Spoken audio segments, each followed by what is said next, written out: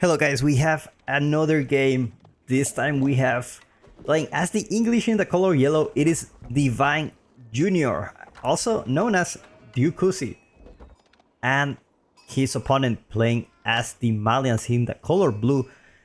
It's Anotand. Welcome everybody. I'm really curious to see how this will play out. Now, if you don't know why he's called Divine Jr., well, there is a very well-known player. I'm sure you have seen it from either from me or from other videos. He's called Divine, and Divine mainly plays English, and he plays very defensively, and he's one of the greediest players in Age of Empires 4 in the sense that he just stay at his base until he goes to Imperial Age, and after that he just starts pushing, and he's like greedy. He's the greedy of the greediest players in the whole world. You could see, obviously, a big fan of him. It's well known for his very defensive style, and he mainly plays English. We have seen him several times. I think many people have casted his games. He's really good. He's from Japan. And now he's also playing Abbasid and Byzantines just to expand. And it's really funny to see how he plays the Abbasids, for example. It's just like very differently, very economic focus, very defensively. And it's funny how all these styles come to life whenever you already have all those fundamentals ready. And you can just see the difference between playstyles. But anyway, looks like Divine Jr. is not gonna be playing very defensively now. It's gonna be sending the man at arms. Already putting that villager away. Gonna be started torching these houses very early on. Now, normally in this matchup, Malians will go for that album. You know, for having that, staying feudal, surviving feudal, and then in a castle age they get a really big spike and they just pump units and their food economy is just out of the roof, gold economy is out of the roof, and they just send hundreds of units to your base, and that's usually how this plays out. Now, with the new patch, you're able to build a town center, but now town center costs gold, doesn't cost stone, costs a little bit more resources. But there is plenty of gold for you with the Malians, because with the gold, with the pit mines, and with the Mansa Quarry, you basically have free gold for the rest of the game. So you kind of get that free town center. Looking to see if he wants to rush that second town center. That will be very interesting to see. But looks like he's just rushing that Mansa Quarry with 7 villagers just so that he can get that javelin thrower just to deal with those man-at-arms that are just burning all the houses. He cannot wait any longer, and he's gonna mine the wood for it. He's gonna wait a little bit until he actually gets the wood, but nevertheless he will get the gold per minute, 75 gold per minute. So he's gonna be fine. You can see on the other side of the map, he's gonna go for the Consi Hall, gonna start putting some pressure into his opponent.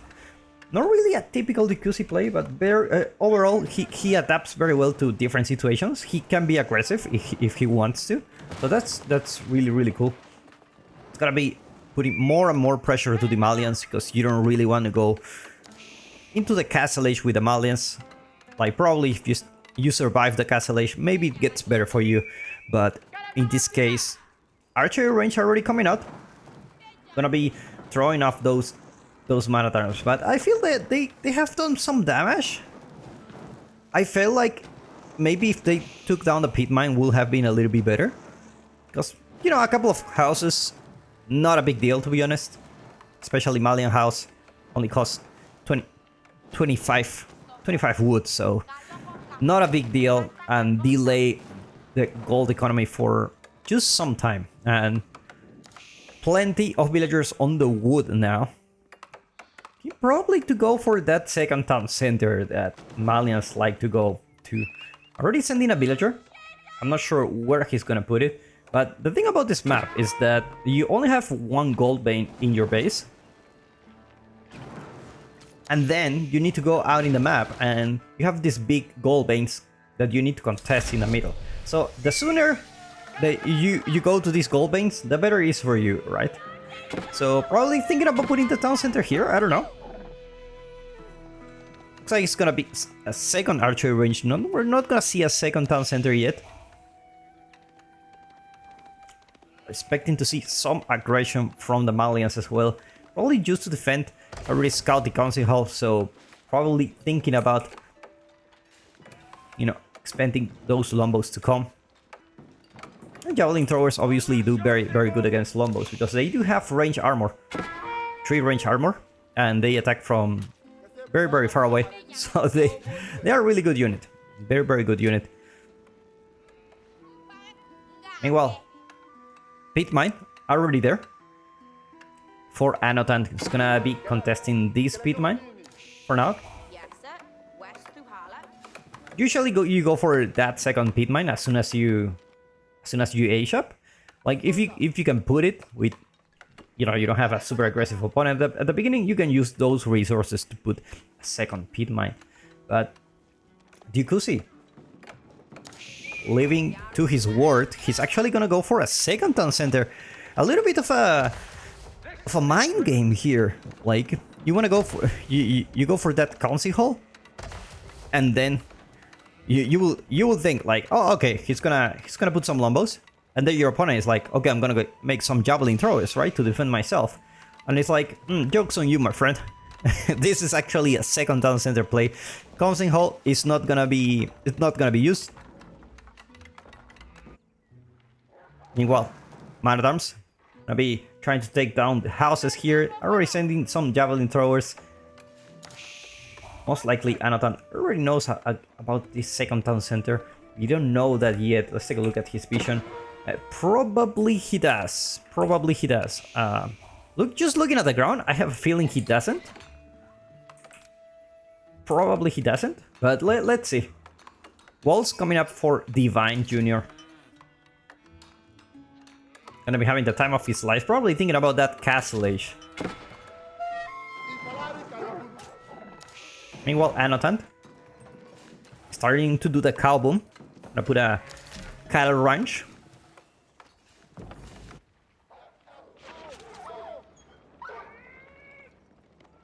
Gonna be sending that Vanguard man at arms already back home. Walls coming up. Hopefully, Anotand don't really go to the English base, otherwise this villager is not going back home. But this looks like probably a castle age for me, with some eco upgrades behind. Not gonna be super rushing it. Malians gonna be having a great time. By the way, if you're enjoying these videos, don't forget to subscribe if you haven't already. I have plenty of videos coming every single day. And recently I've been doing some live streams from my own point of view. So should be really interesting to see in the future. Like if I actually can get better at this game, I can actually give you some other like, you know, better content and better matches. That's basically the goal here. Look at that double door. Alright, so Divine Jr. obviously gonna be upgrading those man-at-arms. One of the best units for the English, the man-at-arms, just because they have the Ironclad, also known as the Iron Chat. Gonna be able to pump those man-at-arms, very cheap unit, and they do quite decent because they do have a lot of armor. And with the network of castles and potentially network of citadels, their attack speed just makes them like have really good damage per second. So it's just the best unit for the English. It's just the best unit. Like if Lombos wasn't enough, like the man-at-arms is actually like amazing unit. Normally it's not. Man-at-arms is not really the unit that is like you want to have in your composition, like a lot of them, because there are better units for them and they are countered by crossbows. But But the English is just made different, man. Farms starting to happen for Divine Junior and Grand Fulani Corral already there. Still need some cows. Gonna be putting some cows here. Not gonna wait for the full transition. Eventually he will get it. The important thing is that he's already having quite a lot of production buildings. We're talking about 2 archery ranges, 3 stables. We're gonna be seeing some sofas. We're gonna be seeing some javelin throwers, or potentially, eventually, you know, some archers with poison arrows. Look at that, man at arms taking down the javelin thrower here. Divine Junior not gonna go for that King's that white tower to protect himself. He's gonna be going for the King's Palace. It's not actually the first time I see him doing this. Like, normally you will go the 2 TC white tower just so that you already have 2 town centers. No problem, my friend. That white tower pretty much guarantees that your base is safe for the moment. Like, your opponent will need to invest on a lot of siege, trebuchets and whatnot, and it's just gonna be really annoying at this point in the game. 11 minutes into the game, there's not enough economy to support like a big siege or anything. So white tower gives you plenty of lifespan, if you want to call it that way. More houses gonna be around a pit mine, potentially thinking about that 3rd pit mine soon. As well as starting to think about gathering some relics. Meanwhile, Divine Junior with that 3rd town center, he needs to look for making those units right away. Walls are just gonna give him some time. Villager is just gonna no door for that villager, unfortunately. Outpost here fortified with emplacements, gonna be able to protect that town center, as well as giving some buff for all those units. Gonna be mainly crossbow and spearman, his composition. Now the problem is gonna be the goal here. If Yukusi managed to get some relics, then eventually he will be able to break through the Imperial Age that all the English players are looking for, and eventually go out in the map. Because you need this gold vein, and without that gold vein, you're just pretty much, you know, out of gold. And that's not an issue in the Imperial Age, but it is if you are in the Castle Age. You run out of gold, you cannot get to Imperial, and obviously your units are not very good. Import armor, already there for those sofas. Gonna be having some extra armor, just like the regular knights. And now they're gonna jumping directly into Yukusi's base, but actually says never mind. There's too many units out there. Network of castles is already in effect, so I'm not really going that route. Not doing 26 units, not gonna be like the career-ending move. But Anotand is taking this chance to actually get the relics. Managed to get the relic close to Divine. Leaving Divine with a very little space to go out. Now, keep in mind, like, that's usually in his plan. It's typically in Divine's plans, in Yukusi's plans to actually stay in their base until it's the right moment. Right? And some people may think like, yeah, he's losing some map control or whatever. His plan is to regain it in the future. The problem is against the Malians. They had a huge spike in their military numbers as soon as they reached the Castle Age. Look at that, Anotand. I already feel very confident about this. Gonna throwing up a second monastery just to grab all the relics for himself. Having 3rd pit mine already going out for him. Meanwhile, the upgrade that everyone was waiting for. Armor chat. Melee and range armor +2. So these guys are just gonna be having quite a lot. And if you put that +1 range armor plus 1 or 2 melee armor, these guys just are tanky as hell. They are really, really tanky. Divine Junior going for that farm transition. And as well as another outpost, Anotand massing more units. Thinking about, you always think about, should I enter or not enter the English base? Like, that's the question. It's always that question. Already mining more stone. There's not gonna be enough stone for a keep. Already put the town center and more, you know, more outposts. But look at what Anotand is doing. He's actually taking advantage of this situation and closing him with stone walls so he cannot go out. And he's already doing it on both sides. I don't know if Divine Junior actually watched this. He knows about what is going on here. And the problem with not having the white tower is that you're not gonna be able to access to siege immediately. You need to siege workshop, and you need obviously they take longer time to train.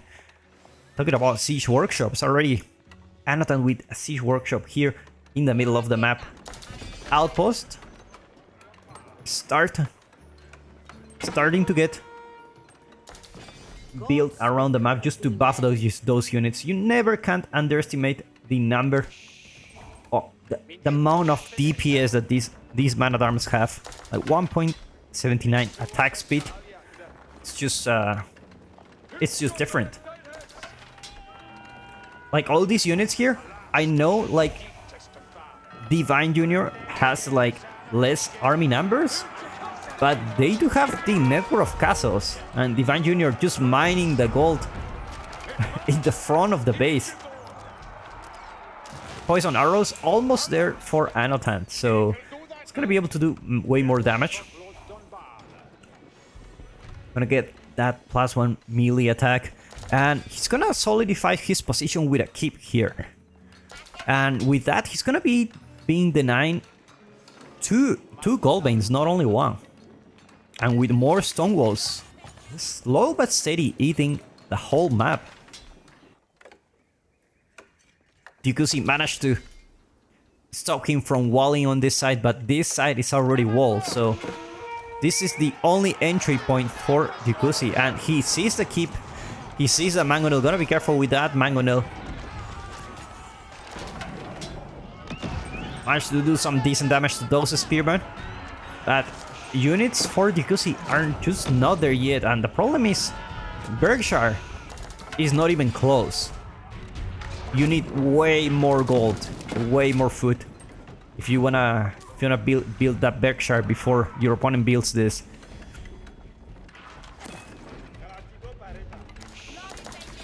Siege workshops are right there for Dukusi. Gonna be throwing up some trebuchets, take down that keep. Meanwhile, he just needs to pump units. He's out of gold, remember. And the problem is, that's out of gold forever. He doesn't have any relics. Does he has a market somewhere? He does have a market, so he's gonna be trading some resources.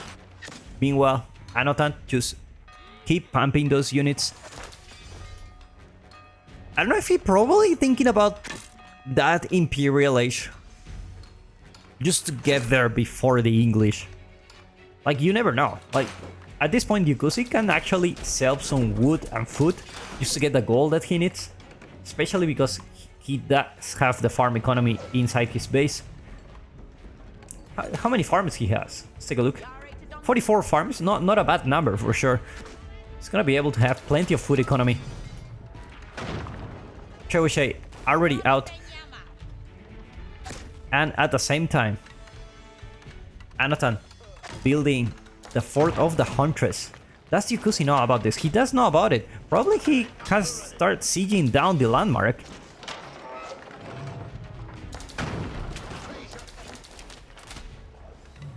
Because when you attack the landmark while it's building, it takes twice the damage. So you can take that as an opportunity to take it down. But the problem with the landmark is that you can always repair it. It's not like the keep where you lose it completely, and that's a huge loss. This Fort of Huntress, actually, like, you can just repair it and not only use stone, you can use wood for that. Now that's a lot of units here.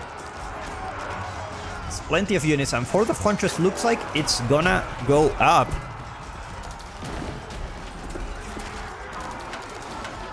And look at that network of castles, like, they're actually doing quite a decent job here, and Imperial Age already there for Anotand. Fort of the Huntress, like that, not in the best shape, but it's gonna get repaired eventually. And this keeps still there, boiling oil already coming up for Anotand. You could see still stuck in the castle age, not being able to get those gold veins out in the map. Meanwhile, elite upgrades coming for Anotand. Elite sofas, tier 3 wood cutting upgrade. Meanwhile, mining more stone, probably thinking about another keep. There's still a potential gold vein here, but it's just gonna be really hard. Like, Anotand has a vision here. He knows when you're gonna go for that gold.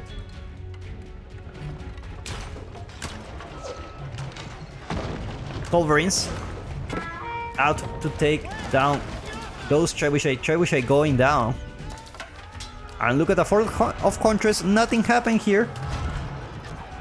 That's the problem of focusing on the landmark and not on this one. This one could have been potentially destroyed already if you haven't worked on the tried to take down the landmark.